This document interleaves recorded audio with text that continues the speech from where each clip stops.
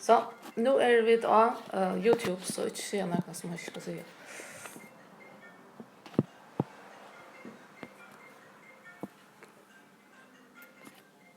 Så jeg må teste etter.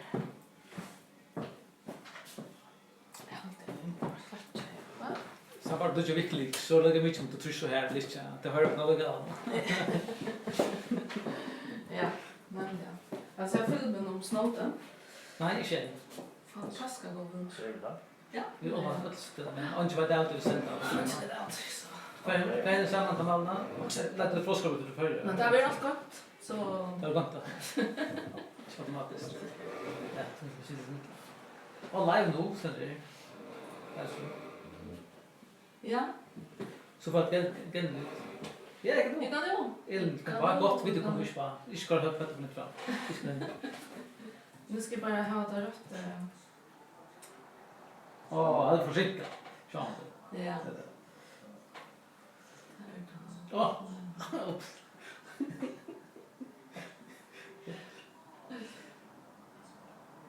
Den blir snart släppa. Oops. Jag ska bara ha det rätta vinkeln till den och sen. Ja.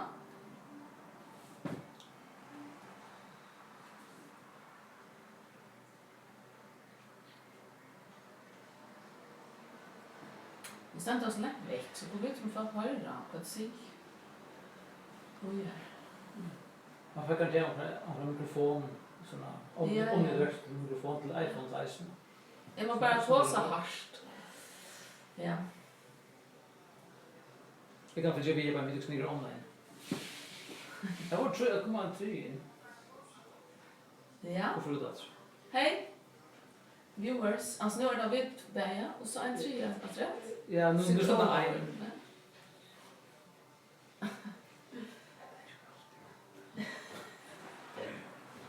en. Det var det som inte så det är shit ja. Det fish vill allt det.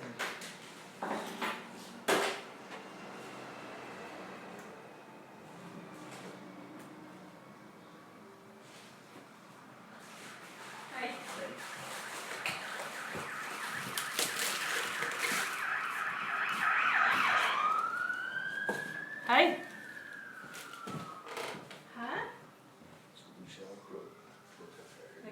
Men det är alltså lyckades. Alltså så blir det en annan.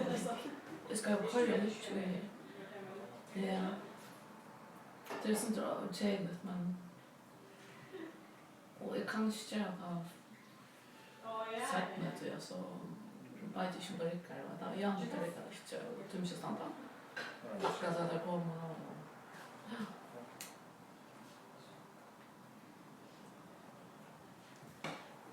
Eller? ja. Jag vill spela om Kalajan till strömmitchen. Ja, hon kommer att ta över ett öppna. Okej, hon kommer av det. Så jag ska kunna det ja. Och det var hade var också tilltag så kunde den som är. Ja. Förståelsen. Kunde tilltag. Ja, det är gott det. Och så var det jätte. Och tror faktiskt ändå. Fortsätta då. Ja. Har du gjort en telefon snart?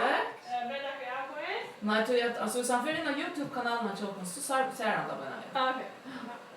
Man ska bara lite efter frågesporet för ja. Är det bara fråga på sätt för dig eller? Ja, det är sant lite efter så för det. Okej. Nu ska jag.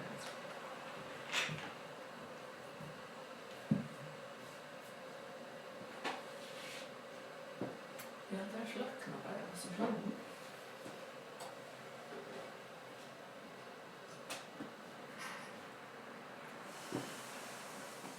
Nej, jag älskar att det ska vara en YouTube-kanal och så så det bara det här. Vad är det för fråga för dig? Nej, det är lagt ut va. Kanske det är det nu.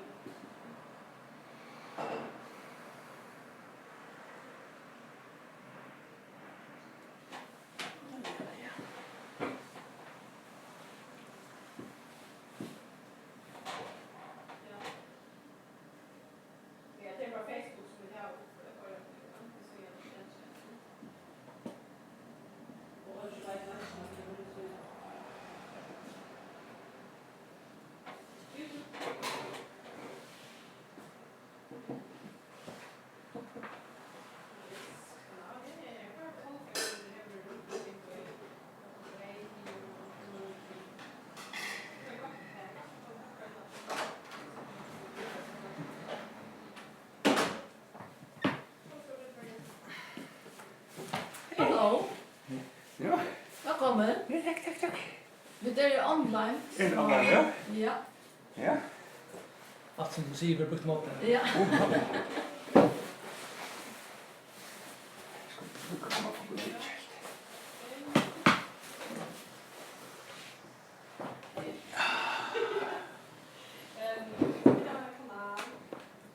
Som tulliga på det då, men jag tar inte så det bojan hvis nu att det inte går inte täckt som det ska ut.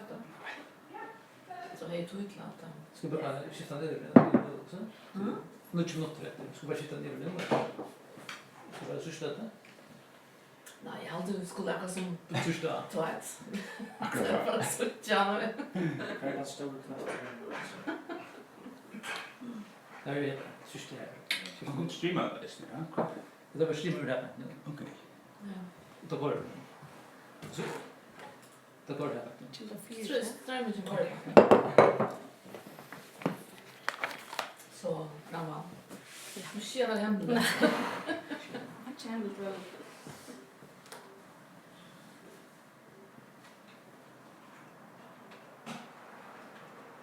Så igen shoot från Oliver.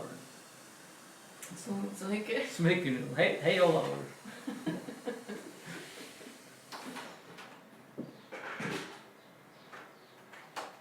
Jag vet inte hur jag tar svart katten. Skulle du lagt det på Facebook eller Hej. så? Hej, hej. Jag är också trångt som är det. Ja, lägg det på Facebook. Ja. Inte än. Ja, kvar. Det var stream. Det är streama back nu. Ja.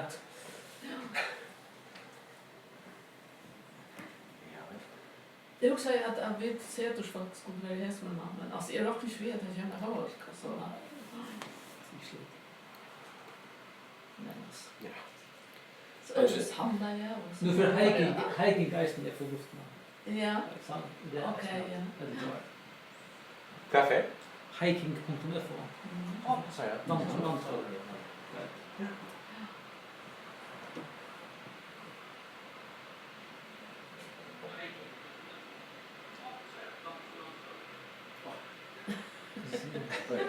Så är det reklamen för hiking. Vad tror du om fyra? Nej.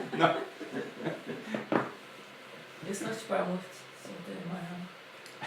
Är det Ja, ändå... upp med film. Kan du?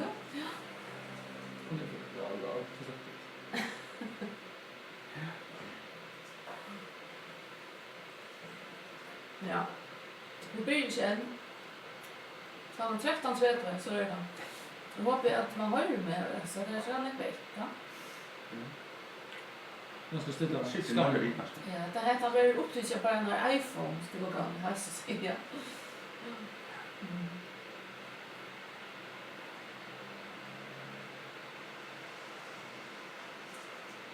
Jag vet inte om det skulle ställa så här fyrhus eller strömsnatta.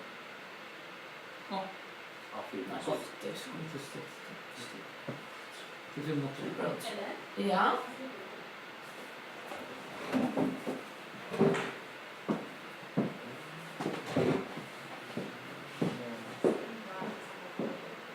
Du har din papper. Så där är vi sjön i Maria Olsson. Ja? Det är sjön Olsson. Så ska backarna Olsson. Jag vill gått till skannaren inte. I hästar var det. Jag vill konan ur skannaren. Ja, det är Så det passar så fint.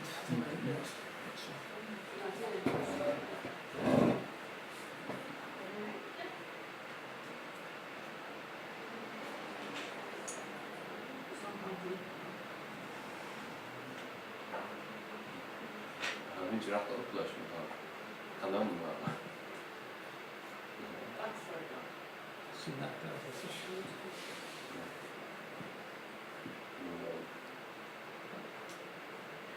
Vad tror du man själv har vet inte.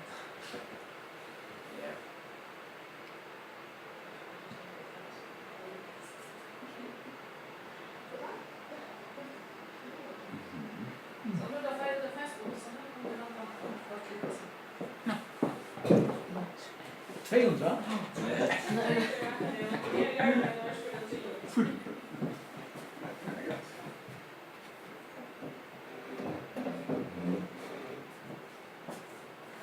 Vad du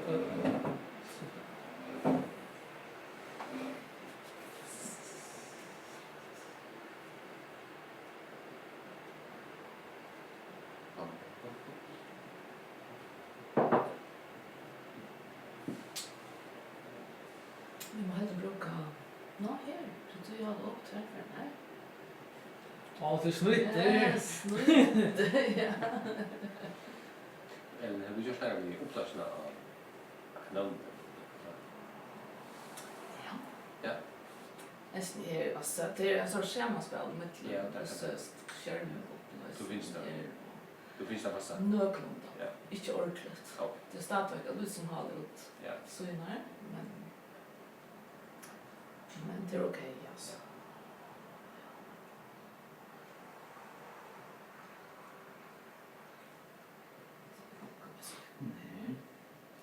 Ha? What? Nice. Tror du något till här? Oj! Hur hände så det allt? Så man gör så nice. Men så blev det ju helt skarpt.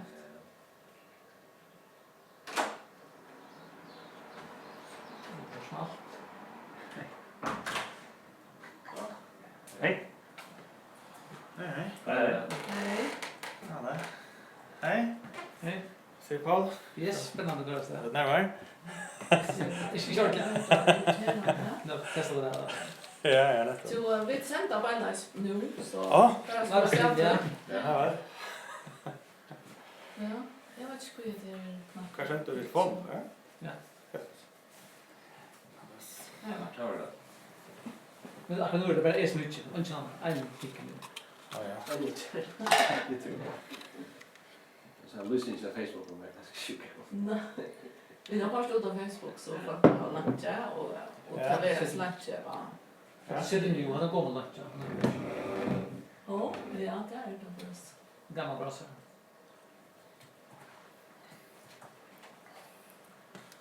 Jag kände så nätt att få.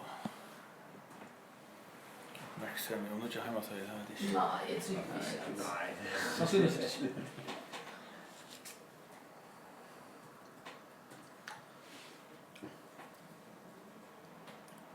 Nå, okej. Vi ska det här inte i okej eller? Jo. Utan så strax då. Det må jag. Spår som attention och så vidare. Lite. Lite, okej, inte likvi. För det så.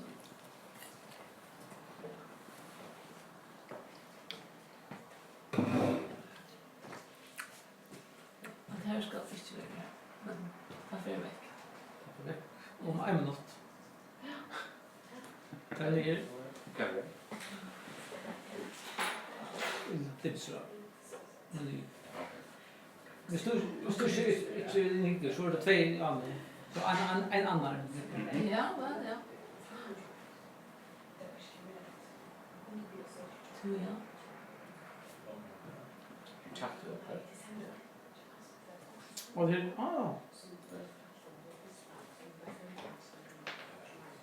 en minut. Man går där morgon. Så. Som skriva måste jag ska. Så man kan för man slår ner mig.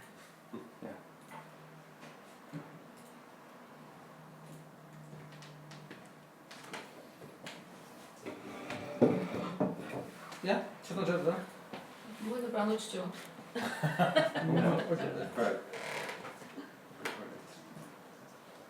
Jag ser online klockan 13:30. Ska vi gå rätt eller? 20 coach. Det är mycket med man reda ut. Må in i 13:30. Välkommen. Det stämmer online. Ja, så är det. Ja, nu är det. Ikke et akademisk kvarter eller det. Det är spännande väg där. Min iPhone makt det här samtalet som 13:30. Ja. Nu blir klockan 13:30 till mig. Ja. Så ser det okej.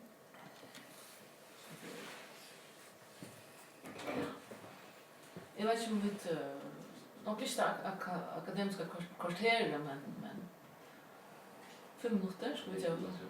Och vi går 5 minuter går ut. Ja. Ja, ja. Ettla. Kvar? Jag kan köra korrekt. Korrekt. Kan du börja det? Ja, jag ska komma. Ja. Ja, så där. Och helt ut, ja. Ja. Tack så mycket.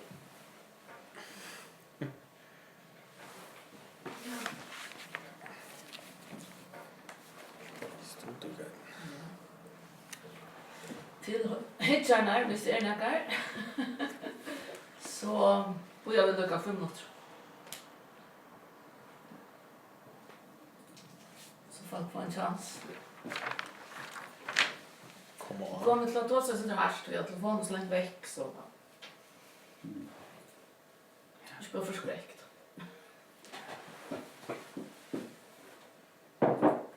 Hvis man skal switcha streamingen, kanskje kan man gjøre. Men nu är det fyra, Du först lagt ju på Facebook. vi är fyra inne nu. Ja.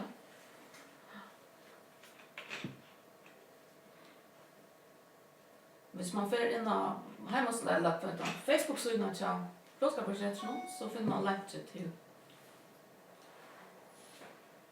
strøms. CEV. Så strømmer. Som Ja. ordentlig Det. smart. Det var genialt.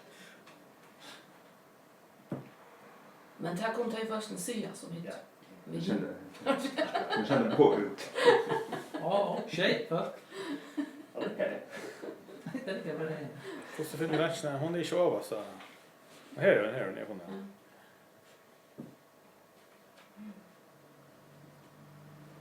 Ja. Vi må köpa en annan mikrofon. Det är så jag också ibland när man borde skriva lunch. Jaha, ja, det var det. Hej, jag kommer ihåg det. Fända lunch nu, för lunch. Det är inga punkt. Då testar jag. Ja, ja. 8. Termokannan. Nej. Jag hade försinkat nu sekund. Ja, det passar mig. Här var det. Syns på spotten men. Ja. Nu försvann han.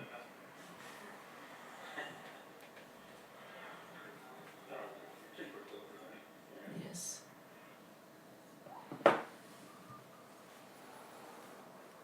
Nej, jag vet inte. Skulle jag bara för igång? Helt. Vad det är ja. Smäckas det? Ja, smäckas det. Nu lättar vi oss upp för nu inte hemmasöjning till Sätrsmål. Så skapar jag inte något till er då. Det ska fjärna forsida. Det är så nörsliga forsida. Bäst Ja. strika där. Yes. Ta-ta! Trumpetfanfare. Här är de. Här var de. Ja. Så. Så är vi on. Ja, jag huxar ganska bara göra en helt stotta jökengångt av till något ett attack för det här måste jag säga. Så att folk blir som ganska skilja principen hantan ta mycket strukturen till att strukturen eller byggnaderna så inne är gjort något snack om. Vi måste lägga om syna. Det är så snart att den gamla söjan hej en struktur som var också bunden upp av att man hej daltar sjöjer och det kan nästan en lauta kanske en längre sjö framåt då. Här man skulle in faktiskt att hitta och akvarja dalt för att få ett överblick i för utbyggningar var akvarja dalt. Detta är inte så snart långt, jag väntar efter lite om man inte löfte. Till resten så är det snart att vi brukar stadigväck egentligen samma som skipan i det som man kallar för backend. Alltså det som ligger utanför den content management skipan som vi brukar är den samma som var arden. Då att vi brukar en nutjar dagföring av en nutjar utgåva av skipan. Och vi har ska fortälja lite om arbete vi hemma så inne. Det börjar faktiskt för flera år så gärna. at man begynte å fyrlegge seg til en nødja søye, det var en balker som vi kallar for en fyrreikjengarbalk, det var en arbeidsbalkesetter som arbeidet vi hvordan en nødja søye skulle bygges opp. Og tannbalkeren avleverer så et oppskott, og til så det oppskottet som vi i store trekkene har helt jobbet til. De som så det til börsen, det var Anna-Katrin Matras og Uni Ørsting og Tina Katrin Killegård Jakobsen. Men så i fjørhest så ble vi avkjørst at nå får vi et ordentlig sett av ferie, og så begynner vi så smått, men det største arbeidet faktisk fer fram her nå i januar, februar og først mars. Og vi har vært flere folk i Heimansøy-Balsen nå. Vi har vært Hans Jo Hansen, som vi stod nok fram, så jeg vet ikke om han ser det. Han har stedet for snittgjøringsene, Paul Laust Kristiansen, som her. Han har stedet for tøknelige vendingsene, og så har vi det som har hatt ånder som parstar av Heimansøy-Balsen, vi har veldig funkter hver vike, hvilket det hver vike. Her vil liksom ha pratat sammen og ta seg om det arbeid som vi har gjort, og folk har også kunnet gjøre sine vimerstinger, og så har vi andre som har sitt mer av det konkreta, kunnet rette opp nettet to. Og her har det vært Sjur Ransjøk, som hva det at hun titel er? Kate Samskipar av Sætrsson, og Ranva Davadøtter, som skriver her og leser skrivestående, og Olavur Våg Høgnesen, som kongar og samskipsfolk her av Sætrsson. Og så underlita jeg Ellen Brimheim Heinesen, som Lestra skrivstående leiere. Lestra skrivstående hever som så avbrytna for kommunen og marknadsførsene, mittel anna her til Sætrsson. Og til så her som balken som stender 18-4, jeg sier her dagført endur nødtjave heimasøyna, som har finnet et meira nøymåtans sni. Og jeg også har lukket som at jobben genga, hvis vi tager litt med forsøyna først, så ser hun så snart ut, og her oppe så, kan man säga, image-løsninger, som man sier, image-mynter som på en eller annen måte kan gjøre et løyte inntrykk av stemningen av Sætrsson, vanavit. Og her kom efter til själva menyerna.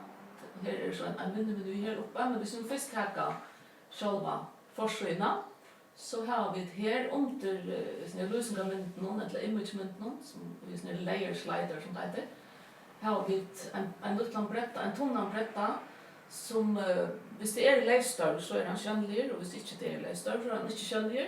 Og her standa så det senaste større, eller det større som leis. Og vi tar 2 leistør i løpene. Nere under her etter har vi så det senaste tøyendene som lagt ut av heimasyna. Her ligger så 6 tøyende framme. Og nere under her så en kalendare. Tyvärr så etnast jeg ikke få at det virker helt, men det kommer der nærmeste tøymene i morgen eller så skulle det være klart. Og så her under har vi så noe som vi kallar mediafelt, og her ligger så imisk skjønbånd, som vi får skifte ut ved gjennommittelbilene. Her kan man så sitte med et annet Sæters-filmen. Det ble gjort en filmer om Sætre i fjør. Sommar, og som 11 minutter lenger, og som forteller om Sætre her, og gammelt fra 2012, bare for som har vist til. Utmarska løsning for Sætre i eisene, og en nødgjør løsning i eisene, som eisen ble gjort i fjør.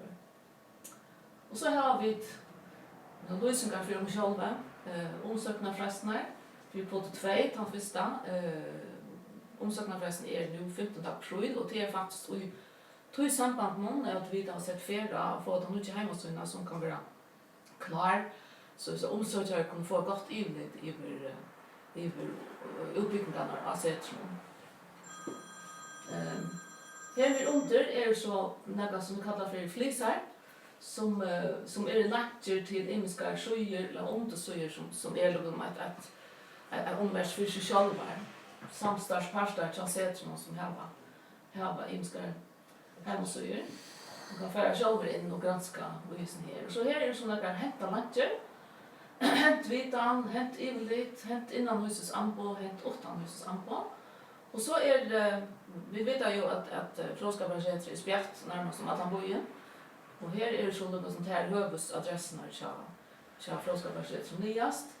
Og man kan nesten trusta seg inn av deltene herfra. Det er jo stadig så selv om vi ikke har uppbyggt syna på samma måte som den gamla syjan, så vi delton her, delton er liksom det i skipa, ja. Så her var delton stadig som egne syjer. Og det venter jeg alltid til siden. Hadde våre adressene, så kommer jeg sent mer utførlige forklaringer om til lesestørvene. Og nyast er det noen langer som kanskje særlig hentar for de som nødt av setron. Her stender det som bokhalte, og så kan man fara inn av syna til ting som relevant. Og her nyast er det som kallar for social icons. Der man kan trusta seg inn av Facebook-syna til setron og YouTube-syna til setron. Hatt det så for så et forsøk, så også jeg affæra her opp. Hvis du nå tager toppmenyna først, her ligger så en meny som et punkt som attla til fjellmidlene. Så hvis fjellmidlene vi hytja her, så kunne jeg så få imest av vita som vidkommende for fjellmidlene. Dømes hva man kan sette seg i samband vid. Så man vil ha okra vita etter okra samkjøps- og kunniga som tyvärr ikke kunne være her i det. Men råkner her sikkert vi at han hikker vi herfra som han Her er tilmelding til tøyndaskriv. Så leis. Og så vi eldre tøyndaskriv og styre og rektaran, og man kan finne startsfolk, og så det vi har gjort lukket som et fyrbils myndasavn her, som man kan fære inn og hitja. Her kan man også blia etter og fram og i myndom. Tyvärr solen skiner det så det så hållas vi ta gardiner för alltså så blir det inte löst till. Jag borde kanske kosta så här fyr. Ja. Honom det sasta han blev väl. Korsene. Här är så startfalkalista. Det får inte in i alla detaljer, men man kan så trusta av här och så ser man detaljer om det enstaka startfalket. Och så färra vi att häva något som är innansektors som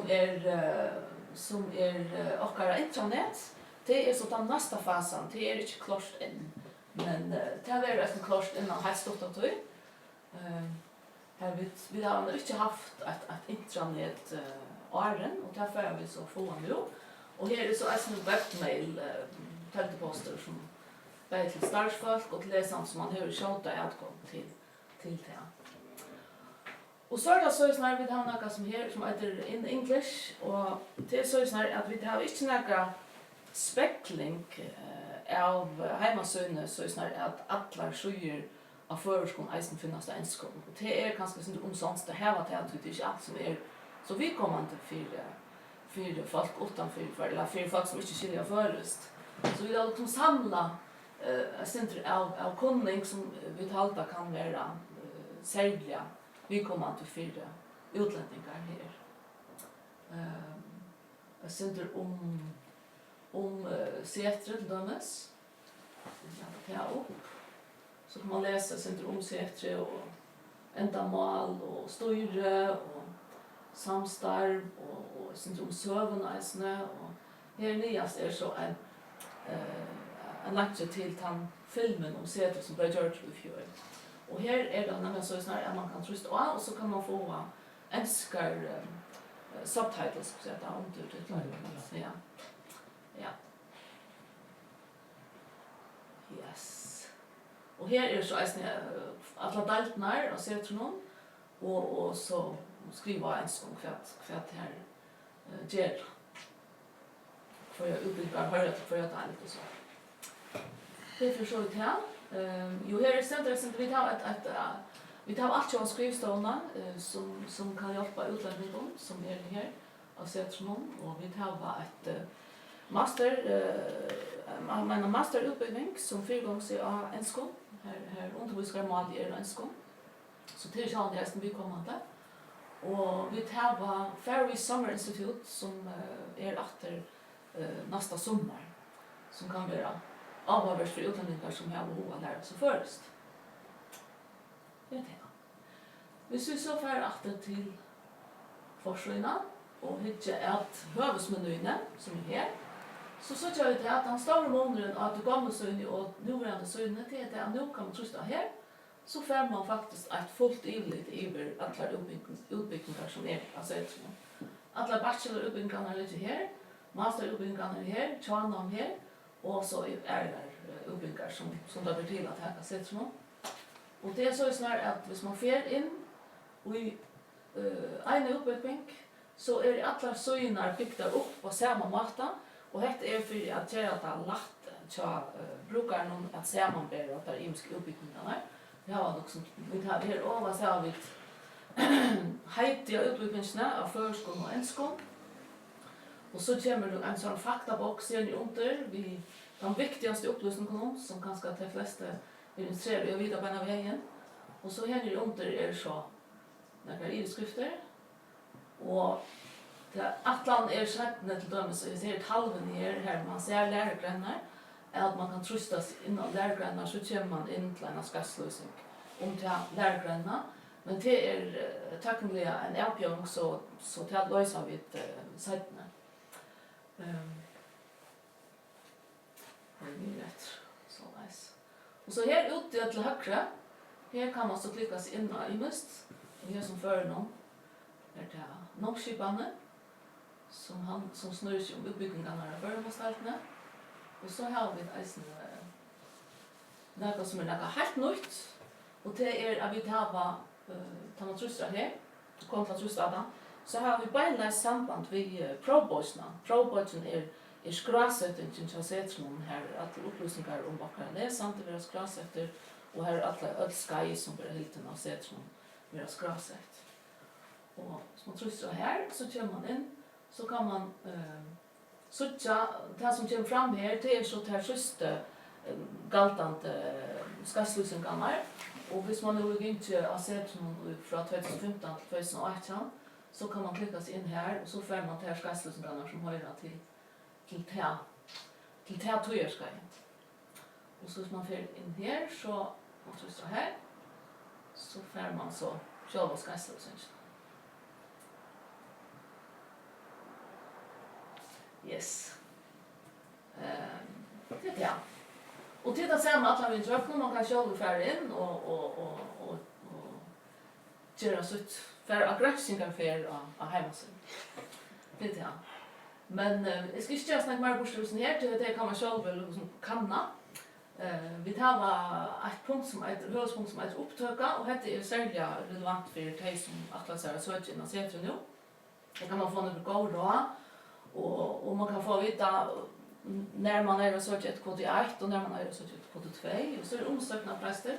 Kan nämna att kod 2 omsökna prästen är 15 april och kod 1 omsökna prästen är 1 juli. Och här ligger så omsöknar blad och vi förra att omsöknar vad det upptökeskipan leder eisen elektronisk upptökeskipan leder eisen upp det. Så här kan man eisen söka här man söka om tarikar jag hoppas att naturligt ja tarikar hon är öppen. Så ja så snart är det ut och här kan man så inrita sig och så söka och sätta någon elektroniskt online. Det är det. Så har vi ett huvudpunkt som heter granskning. Jag glömde faktiskt ett som jag efter till det här. Hvis vi får in till döms av West Nordic Studies. Här är så en soja som är bara en skola som handlar om alltså vi West Nordic Studies governance and sustainable management. Så bara för att visa att det kan ligga något snäck in under liksom här lunchen. Vi får efter till granskning. Här stendur några om granskningen nu tar vi inte allt för att snacka fisk, men tar annons vi står där när det så stendur det center om granskning som vi fram annons vi står där nu i Skipa och så kan man föra in och hitta efter kvar granskning av verksamheten som är igång av annons vi står där nu. Och här har vi något som vi kallar en accordion, en sån harmonika som kan foldas ut och foldas samman efter. Här kan man föra in och så ser man inte om först granskningsprojekt. Och föra in här. Så läs. Så får man kött in lite över för granskningsverksamheten är det igång. Och det ser man ner efter, det heter daltnar här. Och så har vi ett imisk granskningssamstarv utefter och här ligger så något som är rätt hänt för granskare. Det är Bokasans leidekronar. Vi har ett ivligt över leidekronar som är i händer. Tja, ötlån läsande och granskare om ötlån. Och förra var stalten här en riktigt sövn. Stendur syndrom om allt det och så får vi det ha ett gröna sound här men här är snäga tekniker av yogar som vi äsna för att lösa i närmaste döden. Här ligger faktiskt över 600 grejer inne. 635 så vet du minst. Våsendagliga grejer framleidar av granskare som har arbetat och har tillkommit till sätt. Så det är faktiskt rättliga avhört. Det är skönt. Ja. Att allt här vi vill ta en granskning, vi har sett om PhD-läster, hvis man nu är intresserad i att läsa PhD. Att se till någon så kan man färdig här in och få sin vita om det här. Sagt ni meningen att daltnar som skulle lägga in med ut där intresserade och jag säger om något att det måste söka efter någon som gärna vill granska innanför det här ökat så kommer det lätt att ut här. Och här ständs så är om kvarjer grunnar till de stjäva stod till granskning och för sig så. Att all granskningar punkter så har vi ett läsarlöv och se att det är ölen kvar hemmasyd till universitetet runt omkring i Heimen så faktiskt här är inte samma uppbyggning som hentan här. Här är det student life och vi har valt att kalla det läsarlöv. Alltså efter rafören blir det här läsande. Och här är så en läsarhandbok. Vi får ha en mer utförlig läsarhandbok och själv innan sätter som vi kallar och internet. Men här är liksom det som kanske är intressant till folk utanför sättet. Bättre som skulle söka in och sätta och få intryck av vad det är. De kan ta tur att läsa sättet någon och kanske för föräldraresande eller punterna kan vara. Här ständer det som kvart är universitetläster och till dömes tar man i pura nutcher, man kommer säkert så bläckas, så hör man så mycket ord och stiftningar och terminologier som man inte är vänner vid utanför sättet. Så här är faktiskt vad nu? Här är också skall. Men under alla omständigheter har det rätt av it. Här är några oraframgångar som man kan få veta vad är NVD för något, vad är NAD och vad är det här att jungera och forskjellige saker som helt nytt har sett som man kanske har vilt vid att veta. Det är något man vet bara av sig själv. Så det kan vara gott och så är det sånt om pråtalstigen. Ja. Till nästa som har vilt vid att vänja sig vid det är från 13-skalan till 16-skalan som vi kallar det. Så här kan man söka kvart han märker så. Och sammanbära där ymska pråtalstigen. Och så ständer allt möjligt ner efter här. Går att läsa början, inläsarna om läsarkurs och gåskrivingar, några öjeblöd som kunde vara relevant och en rikva om pråtöker och så vidare. Och här är så några, här hänt vitan om det som är vidkommande för till att man nu kan läsa sätterna, man har pengar nog till dem, så man kan få futching. Här ligger en rik under här resten som man kan läsa om. Man kan ju få feriestol, man kan få för stutna sjövante feriestol och minst om där intryck och barnastutning och lån och alltså i utlänningar kunde jag söka om stutning och så gör så där. Ja, varselskipan och varsel. Alltså så här var läsande några till på några tjänster. Alla delter här var lästra vela här. Så man trustas in här så kan man söka till dem. Här kan man läsa sin om kvar lästra vela är. Man kan bruka lästra vela till. Så att man måste ha det tacknar skilt eller vad det kan vara. Och så kan man föra in att allt när det är ute synar och så ser man för lästra vela är och när det har avkastletujer och försök sort. Ja, det. Så är det lästra skrivstan här som är som en släm och tjänast och det vi tar vid vita tjänster som har allt som är vi upptagna göra till dömes. Så alla omsökningar kommer in hända vägen och vi ser det för att sätta upptag och balkar och första sönnen. Så här kan man läsa sig om lästra skrivstana. Så är det en mentorskipan för läsande, för nutch läsande, här äldre läsande bjöd så fram till att hjälpa nutch läsande att komma till rättelse eller till sattes så kött som görligt. Det här var en säterskafé som ratar läsande skipa fyra. Här är några mynter som bara visar om stämningen av säterskaféerna. Hon helter vanliga till i Fru Petersensgöten Marnutje som ser rösnar ut. Och att i drottning Ingrid Batnagare. Och en från månaden så flyttar hon om man i Perna i Torsgöten. Här man häver ta populära säterskvistna som fattar man så där. Och imus underhåll och så där. För hon har sänt om det läsande. Och så sänder jag sänt om säterskämman show som kallar det. Vi tar en störst inläsningstilltag för nutch läsande. Här de kunde lära andra läsande att känna oss är starfolk är välkommen. Och därför det här var åter i år 15 augusti.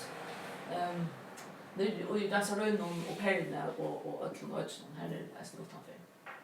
Och det är så bara för läsande och starfolk att se det där.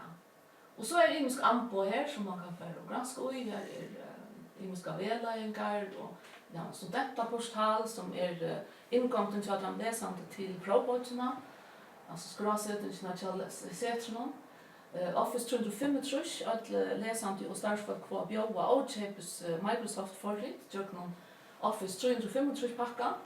Här är det till utbyggningarskipaner som Moodle och First Class som undervisare brukar till att samskifta vid läsande om undervisningar till färd och till att leverera uppgifter den vägen.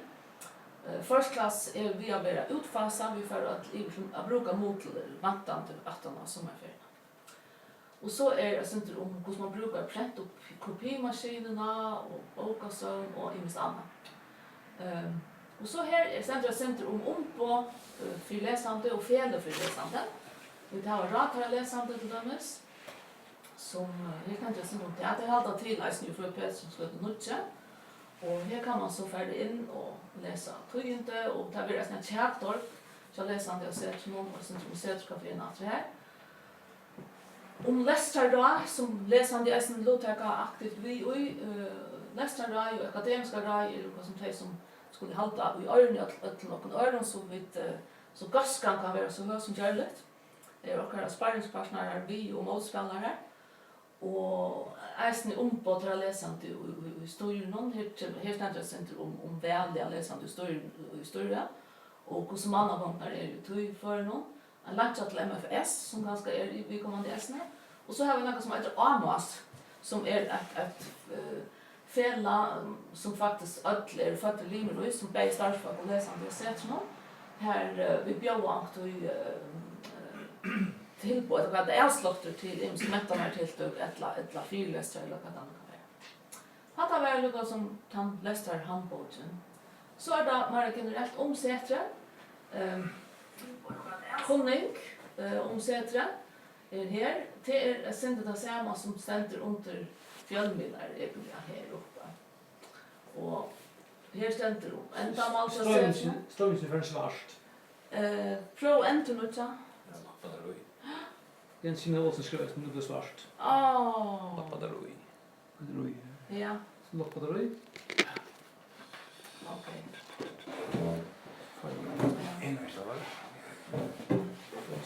Strömmen här. Kort kan ikke. Spänn ström.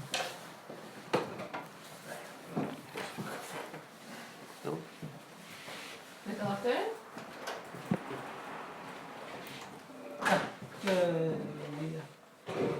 Ja, nu är det rätt. Ja.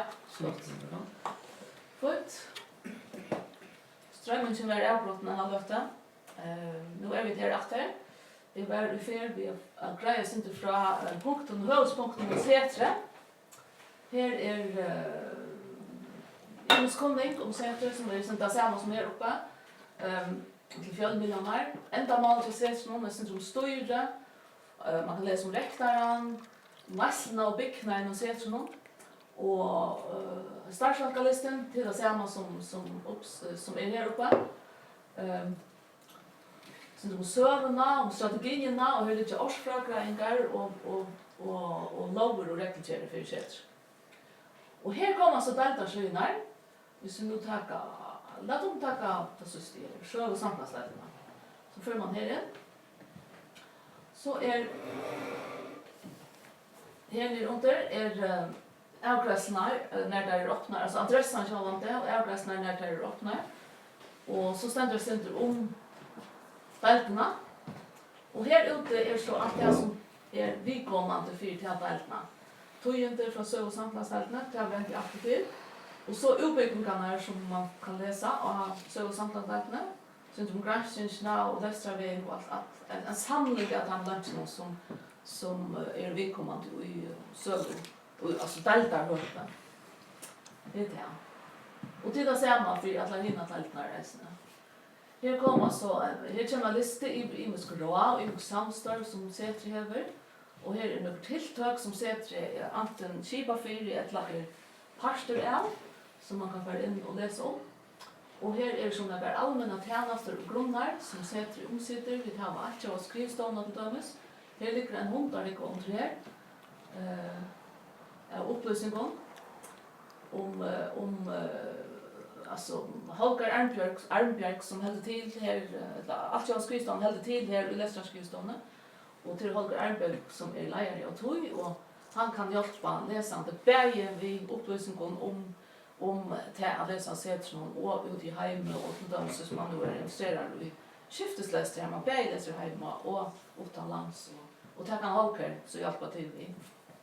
Så här är det kvar en spår man kan få svar på och här så som ligger alltså här under allmänna tjänster och grunnar under sätren. Man kan ta IELTS-rönter IELTS av sätren. Man kan färra till extra alltså provtöker.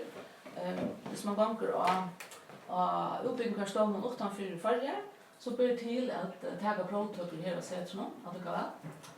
Vi halta provtöker 4 andra universitet.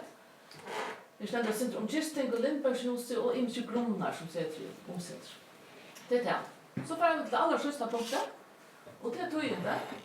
Här kan man så här in. Och så ser man en lista över dalter och samstarskvartar som har såna egna tog så är.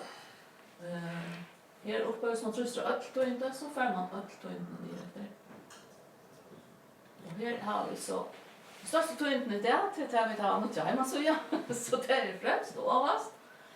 Og så er det standen her. Og her ligger faktisk tøyende helt atter til 2006. Så hvis man er interessert i så mer søvlet, så kan man fære og klikke seg atter etter. Her er 141 søyer vi 12 tøyenden av færre søyer, så det er rettelig meg tøyende som ligger her. Så kan man si at det sövliga dokumentationen hon är gjort. Hur så ser att vet inte jag. Halt akkurat fra 2002, men till något det datera skrift eller så. Men 2006 det är det.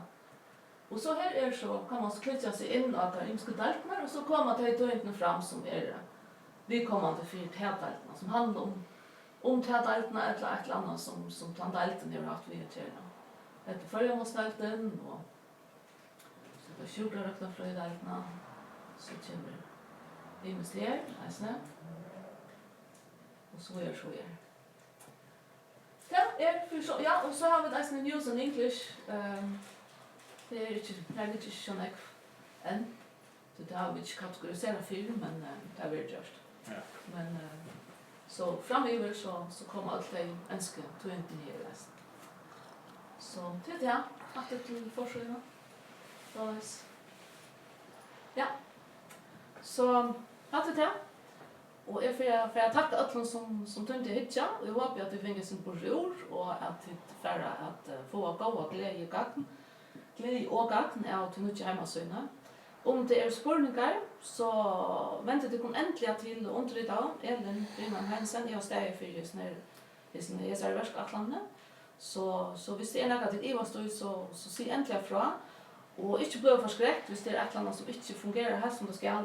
Det kan vara till alltid så när vi större teknologi och bröjtingon att det kunde vara snöklar som man kan se ansa än. Men det är egentligen varsligt alls i detta om ett eller annat. Så får vi det rätta på ena vägen. Det är det. Vi tar för mig. Okay. Så det är sånt. Du måste sluta. Ja.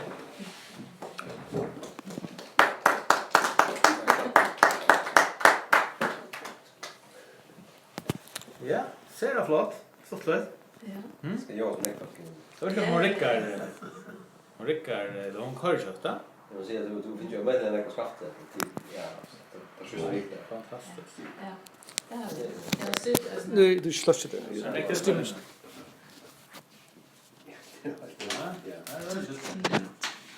Jag hoppas att du tröstar gå. Jo, det är. Det